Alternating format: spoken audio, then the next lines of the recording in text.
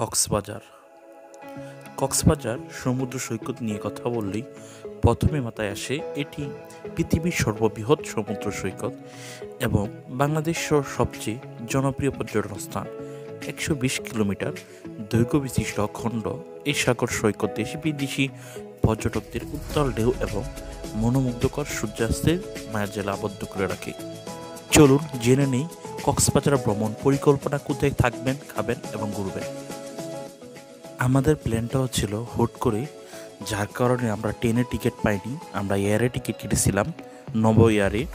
তো আমরা এখন সিএনজি নিয়ে যাচ্ছি আমরা এয়ারপোর্টে। আমরা এখন সিএনজি ভাড়া করে নিয়েছিলাম 150 টাকা দিয়ে। তো আমরা এখন এয়ারপোর্টে প্রবেশ করেছি। তো এয়ারপোর্টে প্রবেশ করে আমাদের মেইলে দেখিয়ে পিডিএফ ফাইল দিয়ে আমরা বোর্ডিং পাস নিয়েছি, যেটা দিয়ে আমরা ভিতরে প্রবেশ করছি ইমিগ্রেশনে। অপেক্ষা বানাচ্ছি বিকাল 4:30 ফ্লাইট। নায়ক কয়েকদিন আগে অ্যাক্সিডেন্ট করছে, আপনার ফ্লাইটে গেছে, যা এখন একটু ডিলে হয়েছে। কক্সবাজার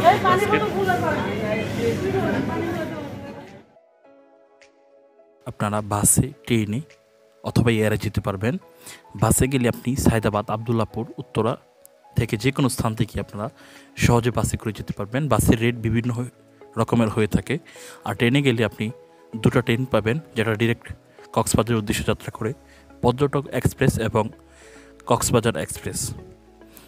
শোভন চেয়ার, স্নিগ্ধা এবং এসি চেয়ার, আপনি 3 রকমের সিটি পাবেন। তো আমরা আজকে গিয়েছিলাম এয়ারে করে, জনপ্রতি ভাড়া পড়েছিল 5,500 টাকা করে।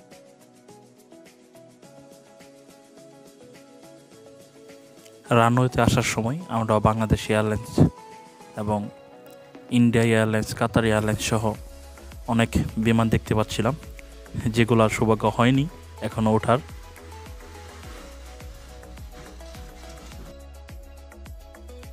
আর ফাইনালি আমরা নব এয়ারের কাছে চলে আসলাম। তো একে একে আমরা সবাই বোর্ডিং পাস দেখিয়ে আমরা বিমানের ভিতর প্রবেশ করছি। এই হচ্ছে হৃদয়। তো আমরা এখন বিমানের ভেতরে আছি। আমাদের সিটটা জানালার পাশে নিয়েছিলাম, আর যেহেতু একদম ফাঁকা ছিল সেই কারণে আমরা সিটটা চেঞ্জ করে নিয়েছিলাম।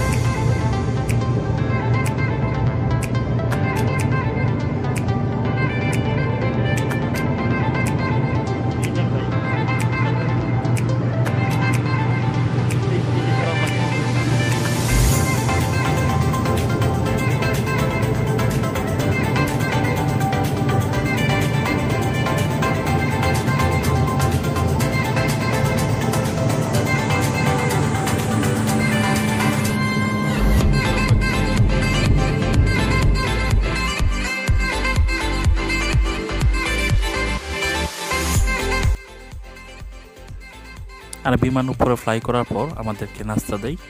তো আমরা নাস্তা খাচ্ছিলাম আর আমরা বাইরের দৃশ্য দেখতেছিলাম। বাইরে দেখলে মনে হয় যে বড় বড় বিল্ডিং, বাসা যেগুলো আছে সেগুলো একদম ছোট ছোট, এবং নদীও দেখতে পাচ্ছিলাম যেগুলো একদম সরু। তবে আসলে উপর থেকে দেখা যায় না যে কতটুকু। তো ক্যামেরাতে যা আমরা দেখতেছিলাম বাস্তবে তা নয়। চারপাশের মেঘ এবং সাগরের আবহাওয়া দেখতে দেখতে আমরা 1 ঘন্টার ভিতরে আমরা কক্সবাজার পৌঁছে গেলাম। এই হচ্ছে আকাশের উপরের অবস্থা।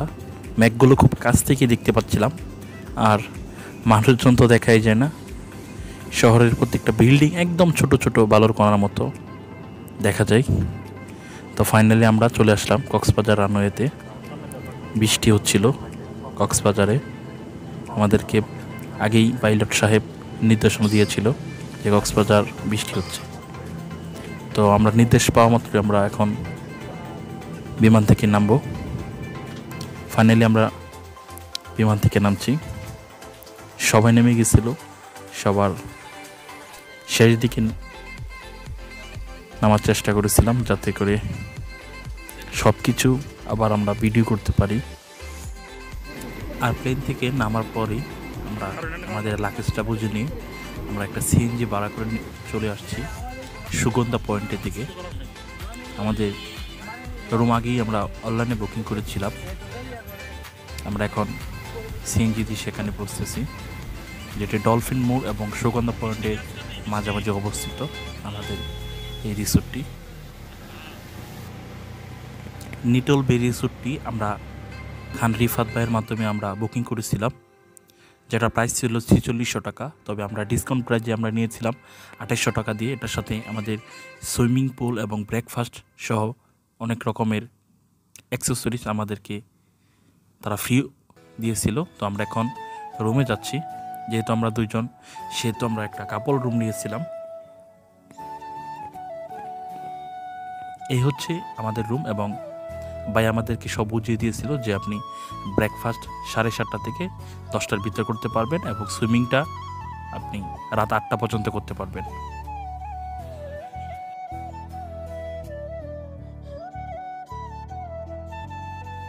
আর এই হচ্ছে আমাদের রুম। রুমের সাথে আমরা 2 বোতল পানি এবং চা এবং সাথে তো টিভি, এসি তো আছেই। আর এই হচ্ছে আমাদের ওয়াশরুম। ওয়াশরুমের সাথে আমরা 2টা ব্রাশ, সাবান, শ্যাম্পু এগুলো আমরা ফ্রি পেয়েছিলাম। রুম চয়েস হয়েছে। আর এখানে কিন্তু একটা এসি আছে, টিভি, সব কিছু।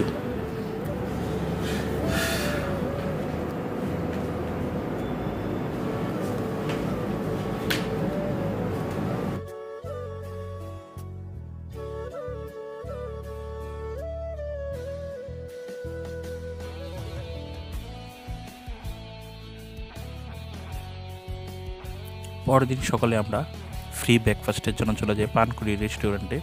টোকেন দিয়ে আমরা এখন খাবার নিচ্ছি। তো সকালে ছিল খিচুড়ি, পরোটা, ডাল ভাজি, ডিম, সাথে ছিল চা এবং শরবত। সবাই কিন্তু সকালবেলা চলে এসেছে পানকুড়িতে ফ্রি ব্রেকফাস্ট খাওয়ার জন্য।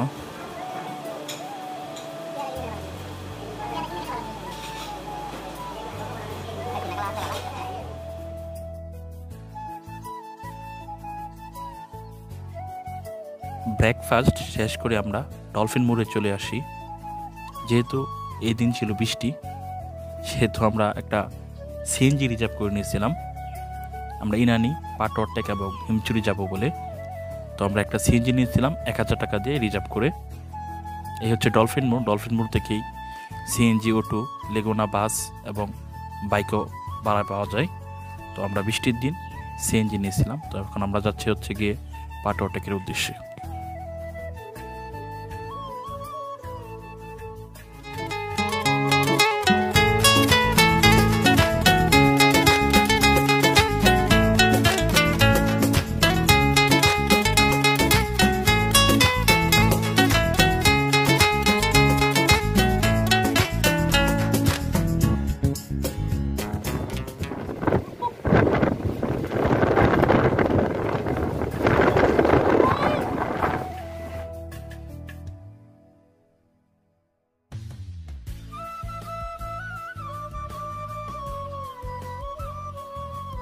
পাটওয়ারটেক থেকে আসতে আসতে আমাদের রাত হয়ে যায়। আর রাতে আমরা হোটেলে ফিরেই আমরা সুইমিং পুলে আমরা গোসল করে নিই। গোসল করার পর আমরা চলে যাই রেস্টুরেন্টে গিয়ে আমরা রাতের ডিনারটা সেরে নিই পানকুড়ি রেস্টুরেন্টের 2য় তলায়। এখানে খাবারের মান এবং দামেও একটু কম। যেহেতু আমরা নিটল বে রিসোর্টে উঠেছিলাম, সেহেতু আমাদেরকে 10% ডিসকাউন্ট দিয়েছিল। এই হোটেল কর্তৃপক্ষ। তারপর আমরা রাতে চলে যাই বিচে একটু আমরা বৃষ্টিতে ভিজি। আসলে কক্সবাজারের মজাটা আসলে রাতে এই সমুদ্রের পাড়ে হাঁটলে মনে হয় যে একটা অন্যরকম শান্তি। বিচে ঘোরাঘুরি শেষ করে আমরা চলে আসি মার্কেটে। সেখান থেকে আমরা কিছু শুটকি এবং প্রয়োজনীয় জিনিস কিনে আমরা আবার চলে আসি হোটেলে। আর হোটেলে এসেই আমরা একটা ঘুম দিই এবং সকালবেলা আমরা চেক আউট করবো। তো অবশেষে আমরা রুম থেকে চেক আউট করতেছি। 2-3 দিন ধরে বৃষ্টি, আমরা আর বসে থাকতে পারতেছি না, বাড়িতে কাজ, ওরা অনেক ফোন এবং বাড়ি থেকে এসএমএস আসতেছে। তো আমরা এখন সব কিছু গুছিয়ে নিচ্ছি, আমরা এখন রুম থেকে চলে যাব। তো ভালোই একটা দিন কাটছিল এই হোটেলে, অর্থাৎ যে কয়টা দিন ছিলাম খুব সুন্দর একটা দিন কাটছিল। তো নেক্সট টাইম আবার আসবো, কি বলো? ইনশাল্লাহ আবার আসবো, দেখা হবে। সবাই দোয়া করবেন আমাদের জন্য।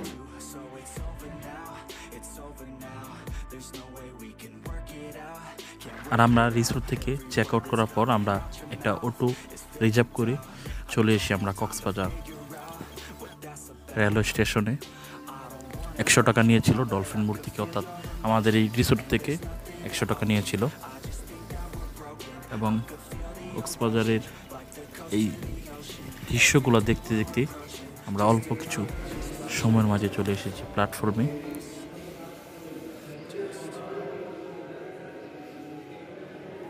আমরা যে সময়টা কক্সবাজারে গিয়েছিলাম সেই সময়ে 501 কিলোমিটার বেগে ঝড় আবহাওয়া হয়েছিল, যার কারণে কিন্তু অনেক পর্যটক কিন্তু ঘুরতে পারে নাই এবং তার জন্য আমরাও কিন্তু অনেক স্থানে যেতে পারিনি।